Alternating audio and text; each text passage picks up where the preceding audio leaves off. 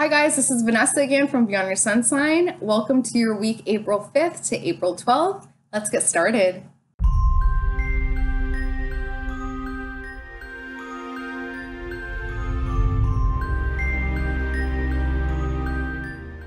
So as always, we are going to get grounded. We are going to get completely stress-free and ready to embrace this next week ahead of us. So just shake it out, relax your jaw, relax your head. Take a couple deep breaths in through your nose, out through your mouth.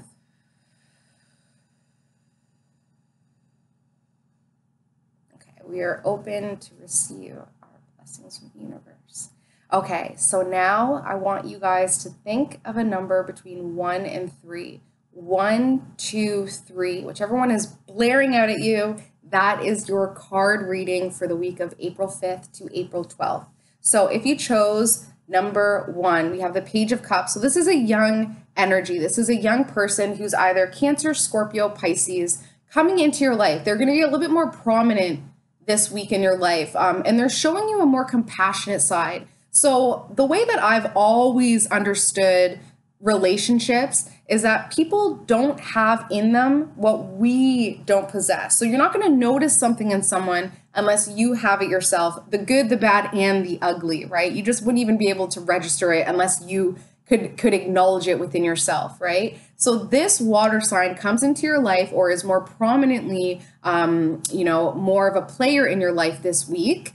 And they're showing you a mirror of who you are. So if you haven't been honoring your emotions, if you haven't been more compassionate, if you haven't been diving deep, like if you've been very surface level lately, what else? If you've been neglecting your relationships at home, if you've been neglecting your home and family, this water sign comes in and it's going to be annoying. You're going to be like, what is wrong with this person? They're so sensitive. But it's just to remind you to get more sensitive, to tap back into your sensitivity, to get more emotional, to get more sensitive, to really feel the universe right now, especially during this very fertile season change, right? April comes in and just brings us a lot more fertile energy to create with. So this water sign is coming in to shake you guys, to remind you that, hey, it's time to get more sensitive. It's time to get more focused on your emotions, and don't be annoyed by them. Give them thanks, give them gratitude. Thank you for showing me what I've left dormant within myself. Thank you for that.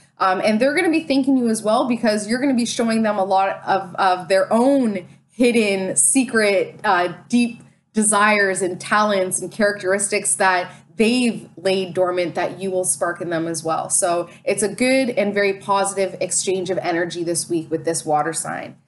If you chose card number 2, we have the 5 of Pentacles, okay? So obviously this isn't the greatest card.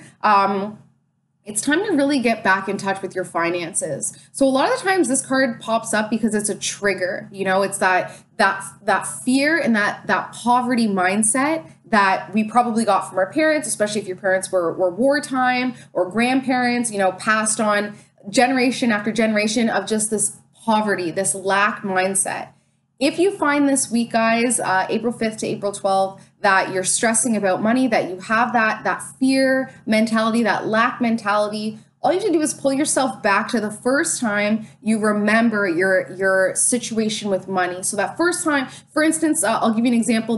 My first instance with money was I found $20 in a movie theater. And for me, I was like, okay, I find money easily. And that started a lot of trends in my life where I'm like, oh, it's easy to gain that abundance, because my first thought was I can find money easily. So go back to that first instance when you're a child where, maybe you had a job and your parents took money from you, or maybe you remember your parents fighting about money or something along those lines. Go back to that first memory and then clear it. Say, oh, okay, I understand now. Once you bring it to the conscious level, it's not going to rule you subconsciously anymore. So this is really your week to get back in touch with your finances, do your root work when it comes to money, and then clear that emotional response that says, I'm fearful of what this lack can bring, or I'm fearful of what taking a risk when it comes to finances can bring, okay? So you guys have a great week to do a lot of root work when it comes to your money, aka your power.